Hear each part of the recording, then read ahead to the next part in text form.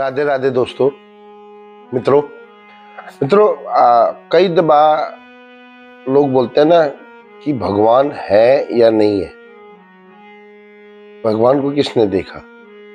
तो इसी पर आज एक मोटिवेशनल दृष्टांत मैंने जो सुना है वो मैं आपको सामने प्रस्तुत करने जा रहा हूं। आप वीडियो के साथ बने रहें और सब्सक्राइब और शेयर करना मत भूलें, क्योंकि महत्वपूर्ण जानकारी जो मैं ले रहा हूं उसको मैंने आगे भी पोस्ट करना है। तो राधे राधे दोस्तों, राधे राधे। एक बहुत बड़ा धनवान आदमी, मतलब करोड़ों का टर्नओवर उसका महीने का, वो धन कमाने में, धन के ट्रांजैक्शन में इतना ज्यादा बिजी था कि उसे ये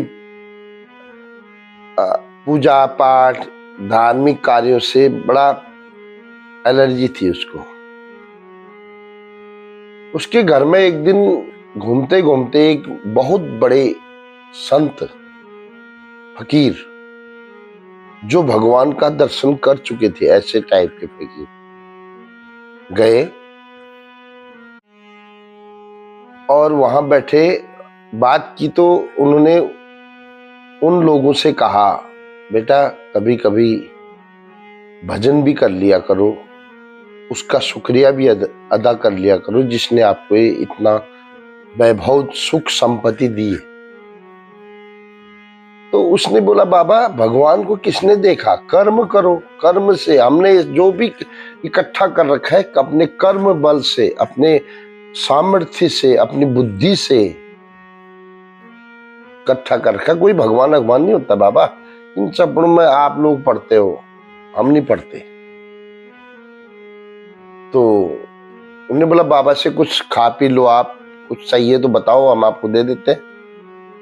बाबा ने बोला, नहीं, मैं अगले हफ्ते, ठीक आज ही के दिन, एक हफ्ते बाद आपके वहां आऊंगा और आपके वहां चाय और नाश्ता करूंगा। ठीक है बाबा, हम आपका इंतजार करेंगे। तो एक हफ्ते बाद बाबा वहां आए।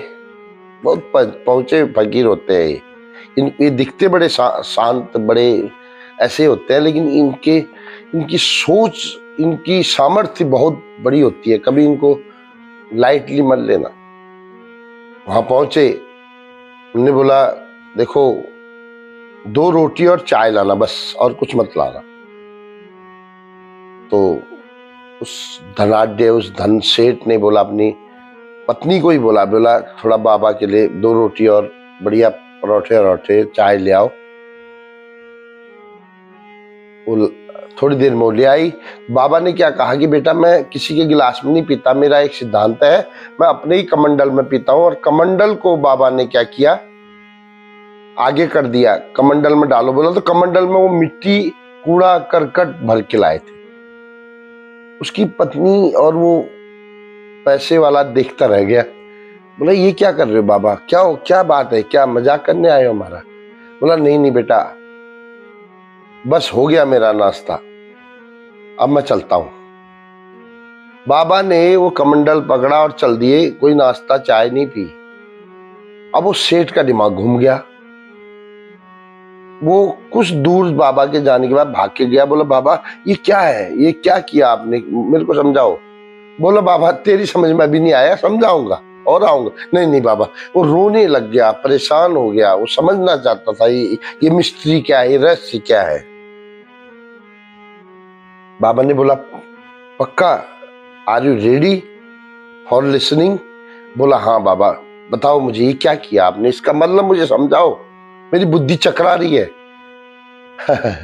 बाबा ने बोला, देखो भाई, ये भगवान को जानना ना, या किसी को भी जानना, या अपने आप को जानना, जब तक इस दिमाग में कचरा है ना, तब तक ये किसी भगवान के बारे में नहीं समझ सकता आदमी। किसी भलाई को जानने के लिए बुराई का कचरा समाप्त करना पड़ेगा। जिस तरह से मेरे इस कचरे वाले बर्तन में चाय नहीं आ सकती ना, उसी तरह हमारे कचरे दिमाग में भगवान के बारे में जानना नहीं समझ में आएगा। तुझे समझ में आया मैंने क्या बोला?